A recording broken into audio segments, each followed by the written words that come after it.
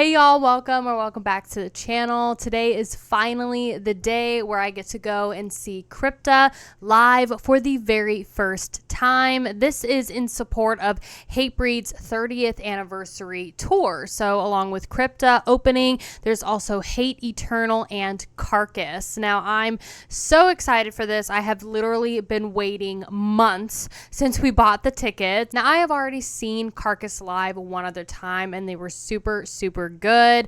The artist, honestly, though, that I am the most excited about is, of course, Crypta. It's all about Crypta for me for tonight's show, honestly. I have heard amazing things about Crypta's live performance and live sound, and I really just want to see these lovely ladies perform live. So I'm very excited about Crypta. I'm hoping to get a tour shirt. I'm hoping to get a good patch so I can put it on my battle vest that y'all have definitely seen on here. So yeah, this is going to be basically the last show of the year that I'm going to be going to. It's been a very slow year here in Oklahoma for shows, at least for like bigger artists that are worth driving to. Y'all know the biz. So I'm going to take you guys along with me for the show, and yeah, we're just going to have a blast. So let's get to it.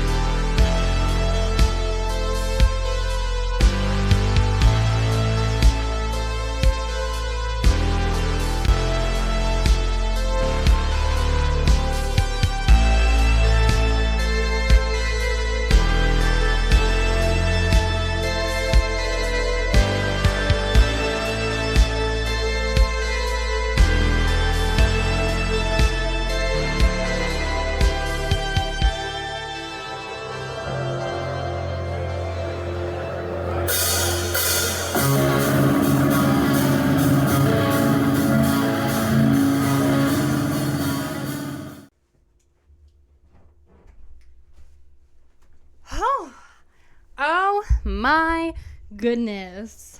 We have got to talk about this show, girl.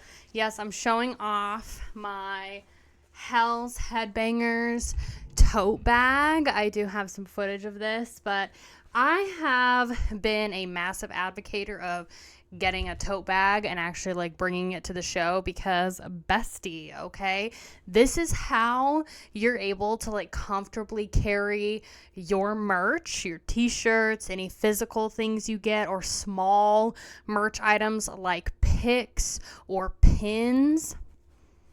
These are great. So Hell's Headbangers does have a tote bag. I don't think it was very much. I think it might have been like $10 to $15.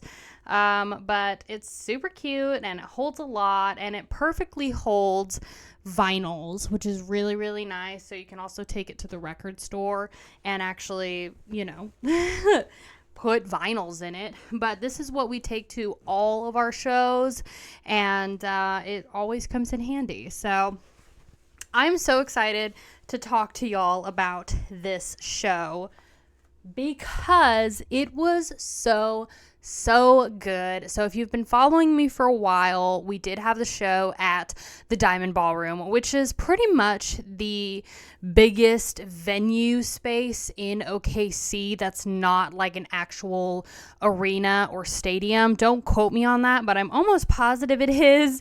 It's a really nice big venue. It's kind of similar to the Crystal Ballroom in Portland or the Orange Peel in Asheville. Just one of those big classic venues with hardwood floors. This was such an amazing show. I was really only there for Crypta. I've seen Carcass live before, so could I have stayed for Carcass? Sure. Did I really care about Hatebreed? I'm going to be honest, not really.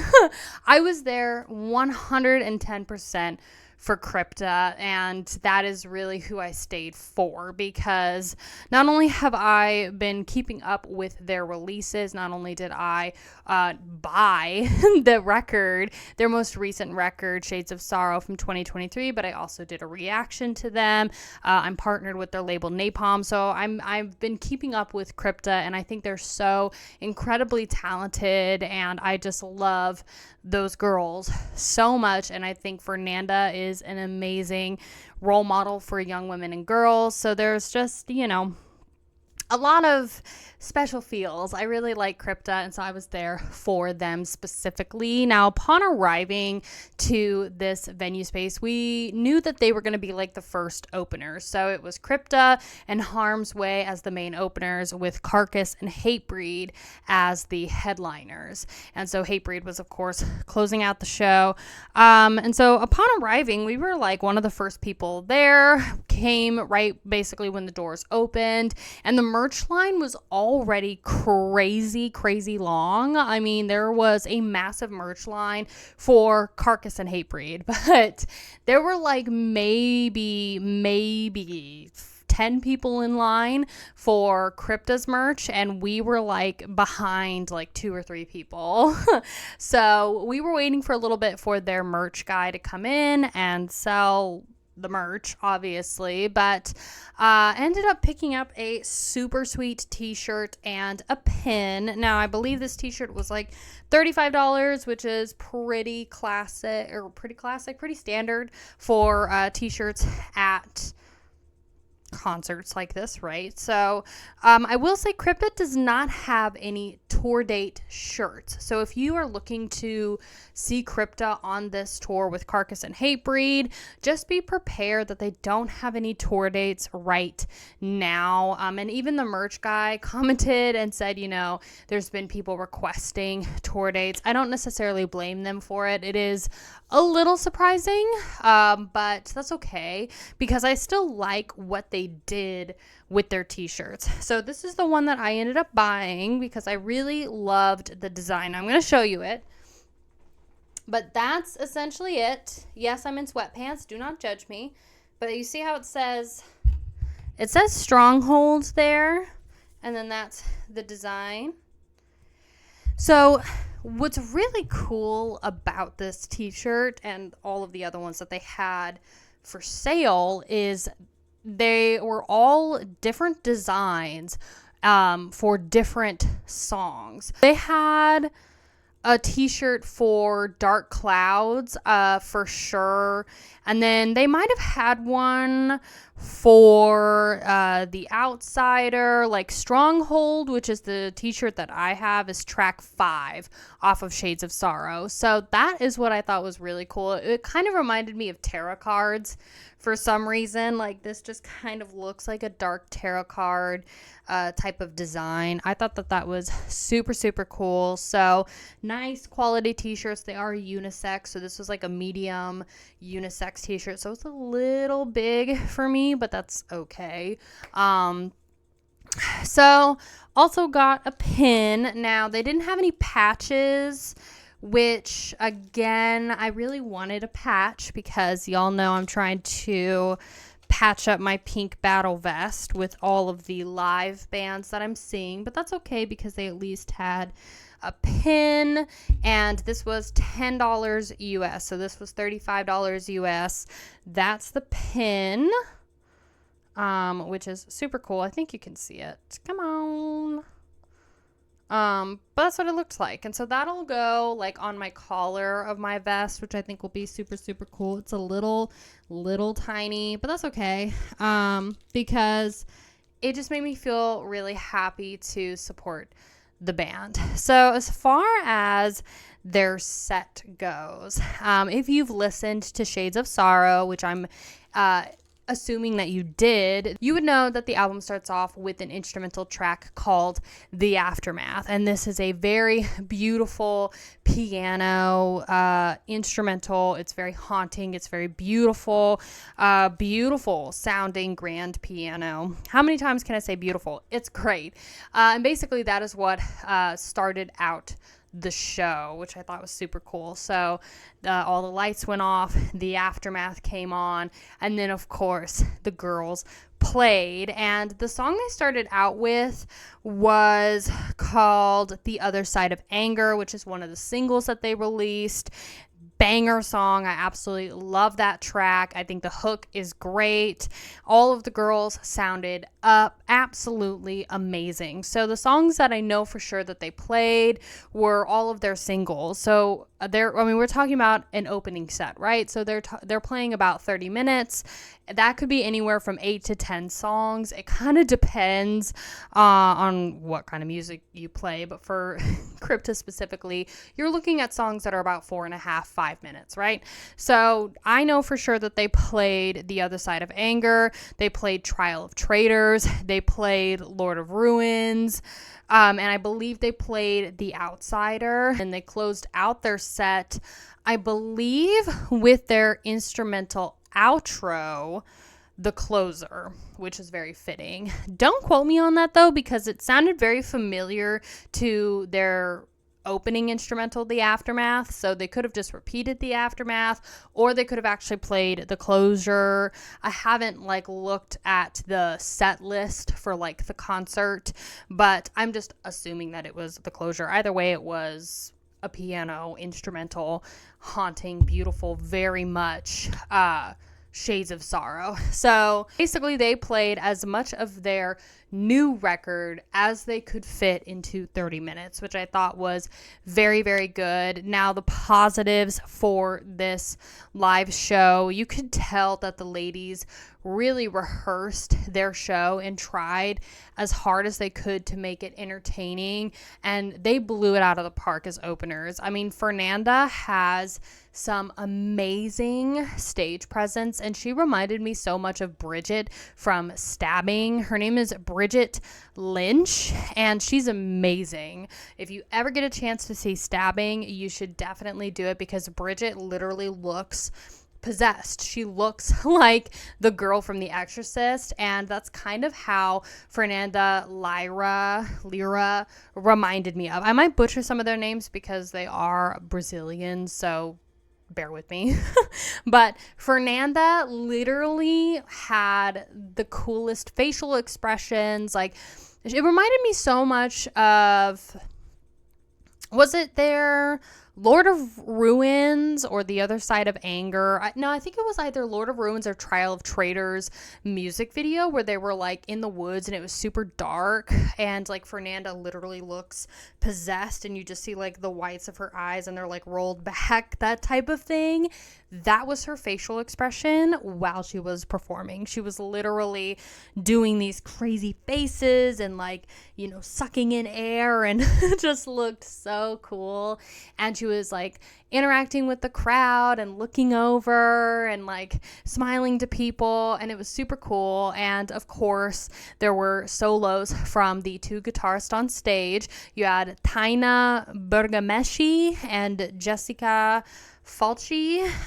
Both of them did phenomenal jobs. I'm pretty sure I was closest to the stage to Taina, and she did amazing. I mean, they both did awesome, and they, like I said, rehearsed their show, so they kind of had these synchronized movements when there were these breakdowns. And Fernanda, who was playing bass also as well as singing, they would kind of go blah blah blah blah, and I think I have some footage of that, but it was just very cool. It was very synchronized, and of course I can't forget about their drummer, Luana, who did an amazing job as well. She was killing it back there. She was just very chill. She was very in her zone. I didn't really see her doing anything crazy with her face or whatever, but she was killing it. I mean, just to see all these beautiful women just like rocking out doing death metal was really, really cool, and you love to see it. So short and sweet set. They absolutely blew it out of the park.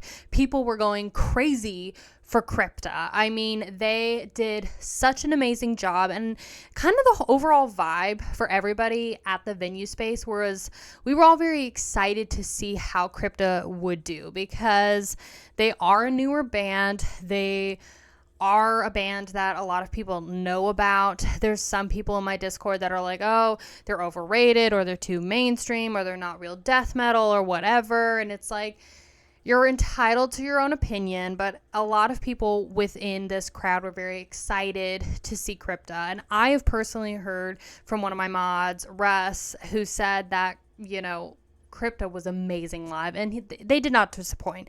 He was He was right. After they performed, I knew that I wanted to get my vinyl signed. And I did. So I got my vinyl signed. Now, Fernanda and the girls, they had to take all of their equipment off stage so that Harm's Way could, of course, set up all of their stuff. And then I'm assuming backstage they had to load up their gear. And then when Fernanda finally came out to talk to people and take photos with people, she had changed and put her hair up and was wearing like a hoodie and stuff. She looked adorable.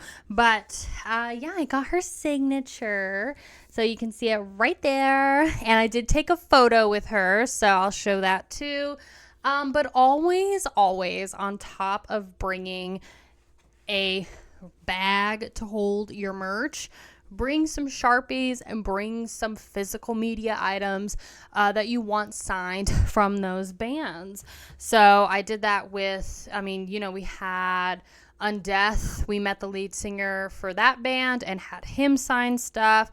We've done that with a lot of bands. I also got to take a photo with John from Incantation and get him to sign some things. So you can definitely meet some of these bands, regardless of who they are.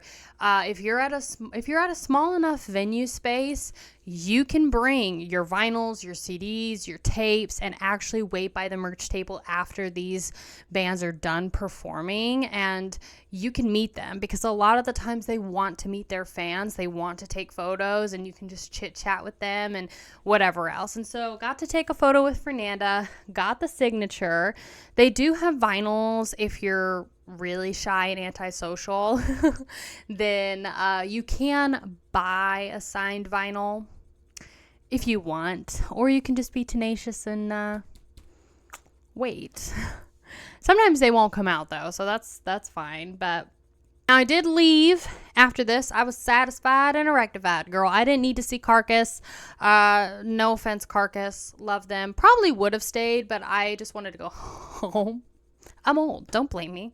Okay, I came for Crypta, I stayed for Crypta, and I left after I got what I wanted. Okay, so I've already seen Carcass. They were awesome, but honestly, like, I would only go back to seeing Carcass if they played like Reek of Putrefaction, because I want to see the grindcore aspects of Carcass. Like, that's, not saying that the rest of Carcass's discography isn't good, but I want to see the grindcore stuff, the gore grind stuff, right? So, and they don't really play anything from their old discography. They kind of just leave it to, so that's okay.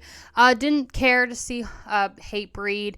Maybe I'll see them at a later date. Like I said, I was there for Crypta, and that's really all I wanted. So I'm very excited that I can cross that off the list. Now I'm just hoping to get Deicide, King Diamond, and Dying Fetus on my list, and then I'll pretty much be satisfied. Those are like the three that I really want. I would also go with Mortician too, but